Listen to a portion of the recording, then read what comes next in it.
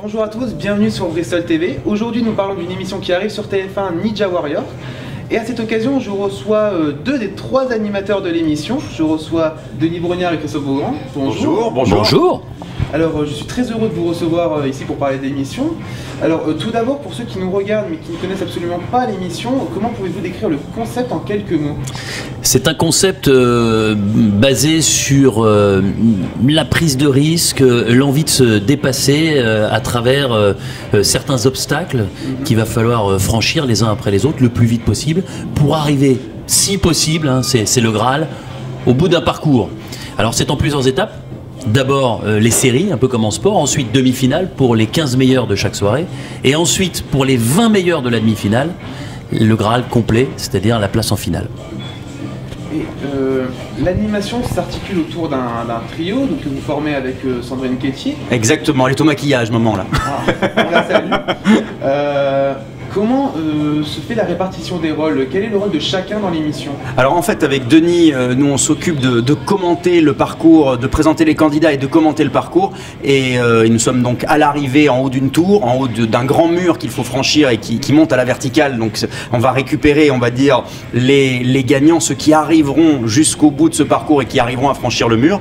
Et Sandrine, elle sera avec les candidats au départ pour certains candidats et surtout pour ceux qui tombent, ceux qui hélas il faudra sortir des piscines quand ils ont loupé un obstacle. Elle sera là à la fois pour les réconforter et on va dire les interroger et interroger aussi leur famille, parce que les gens viennent en groupe aussi, hein, avec des amis, des proches, des soutiens, un fan club pour certains. Donc voilà, elle sera au plus proche de l'ambiance, du public et des candidats. Alors Ninja Warrior, dans cette émission les candidats font donc un parcours d'obstacles géant avec des épreuves de plus en plus difficiles. On imagine donc que c'est pas à la portée de tous d'arriver au bout de ce parcours. Alors selon vous, quelles sont les qualités requises du candidat parfait pour Ninja Warrior? Alors le candidat parfait, c'est quelqu'un qui est sportif, c'est quelqu'un qui est musclé et qui serait relativement léger, un bon rapport poids-puissance. Mais pour revenir un petit peu sur votre question, moi je suis pas tout à fait d'accord avec ce que vous dites, parce que c'est justement accessible à toute personne en bonne santé. C'est d'ailleurs l'objectif, c'est d'avoir sur les 60 candidats à chaque soir, il n'y a pas que des super sportifs, il n'y a pas que des sportifs de haut niveau, des gens qui seront capables d'aller jusqu'au bout, mais il y a des gens qui ont envie de se transcender, il y a des gens qui ont envie de se dépasser. Je suis persuadé qu'il y a des gens qui arrivent en disant si je passe un obstacle, ce sera formidable. Donc vous imaginez si ces personnes-là arrivent à passer 2 voire 3 obstacles, ce sera déjà une formidable victoire personnelle. Chacun arrive avec ses propres motivations. Il est sûr que les plus sportifs auront l'objectif d'aller jusqu'au bout pour se qualifier pour les demi-finales et peut-être pour la finale. D'autres auront vraiment envie de se prouver eh bien qu'ils sont capables, encore une fois, d'effacer 1, 2 ou 3 obstacles par rapport à un parcours de vie un peu particulier. Si vous avez commencé le sport il n'y a pas très longtemps, si vous sortez d'une période difficile, vous voyez, c'est aussi ça Ninja Warrior. Si c'était uniquement des gens qui venaient pour survoler les épreuves et aller jusqu'au bout, je crois que ça n'aurait pas d'intérêt. L'objectif, c'est que vraiment on ait des gens et une population qui se rapproche un petit peu des téléspectateurs en général de TF1, avec encore une fois des gens en bonne santé, des gens qui aiment le sport et le dépassement physique. Et tous les âges en plus. Voilà, tous les âges, mais qui n'ont pas tous la même motivation. Il est évident qu'il y a des gens qui arrivent ici, qui seront pour certains déguisés, qui viendront avec leur père ou leur fils, qui viendront avec leur mari ou leur femme, et qui auront comme objectif, encore une fois, de se faire plaisir, et puis d'aller le plus loin possible, sans forcément rêver de taper le buzzer et d'aller au bout du parcours. Du coup, on a une grande diversité de candidats. Alors, on n'a pas un profil type. Une grande diversité de profils. Il y a des hommes, des femmes, des jeunes, des moins jeunes. C'est de 18 à 65 ans. Donc, c'est pour vous dire que vraiment, c'est extrêmement large. C'est assez proche finalement du casting entre guillemets qu'on peut avoir sur les candidats de Koh-Lanta, par exemple, parce que tout un chacun peut participer. Tout le monde peut donc s'identifier. Contrairement à la version américaine, qui est une version un peu avec des warriors, c'est les musclores, hein, vraiment. La version anglaise est plus ouverte à plein de candidats, mais c'est très moqueur, c'est très gaguesque. On essaye vraiment avec le projet Ninja Warrior français qui est développé avec TF1, avec Sandrine, Denis et moi, de faire un habile mix entre les deux, c'est-à-dire qu'à la fois de la performance et la mise en avant de la performance de nos candidats, et en même temps beaucoup d'humour et d'humeur. On va se marrer. Il y a des gens qui sont là pour le fun, qui veulent essayer, même s'ils tombent, ils vont s'être marrés, c'est pas grave. Certains viennent, Denis l'a dit, déguisés pour vraiment, pour le fun, pour s'amuser. D'autres viennent pour le coup comme des warriors, pour aller le plus loin possible. Il y a des profs de crossfit, voilà, il y a des gens pour qui le sport est extrêmement important dans leur vie. Et puis, tu le disais, voilà, des gens qui veulent se prouver des choses. Et vous parlez de la version américaine et de la version anglaise. On le sait, Ninja Warrior est un format qui cartonne à l'international depuis plusieurs années.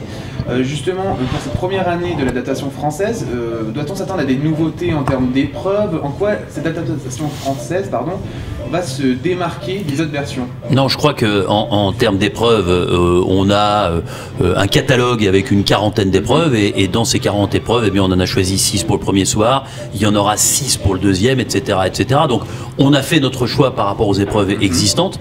Maintenant, on va apporter notre patte. Les Américains, ils sont encore une fois, effectivement, on a l'impression que c'est une émission 100% sport, avec vraiment, va-t-il y arriver? Le mec qui n'y arrive pas, en gros, c'est un loser. Oui. En Angleterre, on est vraiment beaucoup plus sur une émission humoristique. C'est plus vous faites de vagues dans la piscine en tombant dès le premier obstacle et presque mieux c'est. Ouais. Mais voilà, nous on est en extérieur, dans un cadre sublime. Les Américains sont en extérieur, ils se baladent d'état en état. Il y en a eu en Floride, il y en a eu à Las Vegas notamment, à Orlando. Les Anglais sont dans un hangar, donc c'est pas du tout la même atmosphère. Nous, je pense qu'on va essayer d'apporter cette humeur, mais garder aussi ce sérieux de la performance. Et puis on va essayer d'apporter un ton avec Sandrine et Christophe pour que ce soit, encore une fois, un vrai programme de divertissement. Le but du jeu, c'est ça.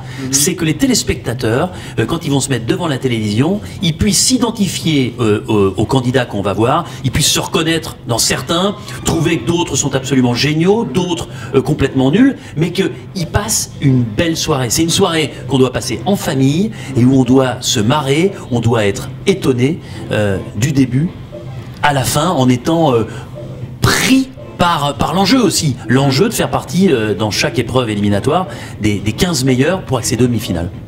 Alors, vous parlez tout à l'heure d'un cadre qui est absolument magnifique. On est ici à Cannes. C'était un choix logique pour l'émission. Est-ce que ça apporte quelque chose? Est-ce que ça va vraiment être un symbole pour l'émission? À quoi la ville de Cannes va-t-elle servir à l'émission? Alors, c'est vrai que ça fait longtemps que TF1 et TF1 Productions notamment collaborent avec la ville de Cannes via les Energy Music Awards par exemple, les différents événements. Et c'est vrai que c'est extrêmement important d'être au bord de la mer. On est sur l'idée d'une émission estivale. Je peux pas encore vous donner les dates de diffusion car on ne les a pas encore, mais en tout cas c'est une émission d'été. Et je pense que TF1 a envie de renouer avec des grands barnums, des grands événements en province, dans des villes de France, comme on l'a pu le connaître évidemment il y a quelques années avec Interville. Voilà. Là on est sur une espèce d'Interville survitaminé, extrêmement moderne, et la ville de Cannes c'est un joyau magnifique, ça fait rêver tout le monde. Il se trouve qu'on tourne au mois d'avril, donc c'est important d'avoir un beau temps, et voilà, donc c'est plus difficile d'être dans le nord de la France à cette période-là évidemment pour être sûr d'avoir des conditions météo favorables. C'est vrai qu'ici à Cannes, voilà, c'est une ville qui fait rêver la France entière, via le festival, etc. C'est magnifique. La ville de Cannes, adossée à notre parcours, c'est absolument fabuleux. On est très très heureux d'être ici. Et puis il fallait un grand espace, la ville de Cannes nous l'a fourni, parce que c'est le plus grand décor de télévision jamais construit en France. 7000 mètres carrés, imaginez. Donc il faut beaucoup de place évidemment. Et c'est vrai que là sur le Vieux-Port avec la vue du Suquet, ça va être magnifique. On a des plans hélicoptères qui sont prévus pour qu'on voit toute la baie. Je pense que c'est une émission qui, en image, au-delà de... Là, hein, voilà. C'est vrai que d'ici, là on voit bien, c'est très joli. Mais au-delà des performances sportives, rien que pour le plaisir des yeux, ça va être une émission magnifique, j'en suis convaincu. Moi, dans une prochaine vie, je veux être dans votre lycée pour faire mes études d'audiovisuel à Cannes, comme ça. C'est vrai que c'est une interview au dernier étage comme ça de cet hôtel. On a de la chance, on a beaucoup de chance. Pour clore cette interview... Vous imaginez quand vous allez partir travailler dans une radio à Roubaix? Ça va être dur. Ça va être dur. Il vaut mieux être à l'école à Roubaix finalement et venir ensuite travailler à Cannes. Bah, vous, ce sera l'inverse. Donc voilà, profitez-en parce qu'après vous allez à Roubaix. Je profite de mes Mais attends, on adore Roubaix. Hein. Moi, je précise, hein. Moi j'adore le nord de la France. Roubaix, c'est très joli. Voilà. Non mais si. Mais c'est très beau.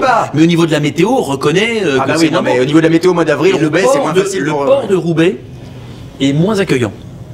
Arrête, le port de Roubaix est magnifique. Ce type est fou. pour enchaîner donc sur cette magnifique information concernant le port, Oui. si vous aviez un dernier mot pour convaincre ceux qui nous regardent, si ce n'est pas déjà fait bien sûr, de regarder Ninja Warrior cet été. Vous allez vous éclater, vous allez rire, vous allez être étonné par les candidats que vous allez voir, les jeunes, les moins jeunes, les hommes, les femmes, parce que c'est vraiment un parcours qui a été étudié pour qu'il permette à des hommes et des femmes de réussir. Donc régalez-vous, éclatez-vous, et je pense que si vous aimez un peu le sport et le défi, après avoir vu Ninja Warrior, vous n'aurez qu'une seule envie, c'est de participer à la 2e édition. On vous garantit en tout cas que vous allez en prendre plein les yeux, et moi je suis convaincu, Denis a raison, que dès le lendemain de la première diffusion, il va y avoir en France tout un tas de petits Ninja Warriors qui vont être prêts à s'inscrire pour la saison suivante. Donc on espère en tout cas que ça va prendre, que ça va plaire au public. Moi je pense qu'en tout cas, on est sur un concept extrêmement puissant qui a marché dans tous les pays du monde. Donc voilà, on va tout faire pour que ça fonctionne, et on va surtout se marrer tous les trois. Il y aura beaucoup de bonne humeur, et ça c'est le principal, c'est l'été. Voilà. Et en tout cas, ça promet. Merci d'avoir accepté notre invitation. Je rappelle que Ninja Warrior arrive cet été sur TF1 en prime time.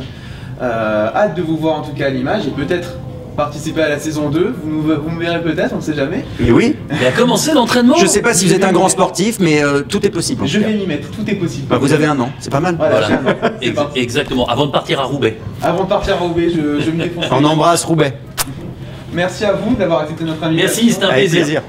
On se donne rendez-vous très bientôt sur Bristol TV pour de nouvelles interviews. Salut.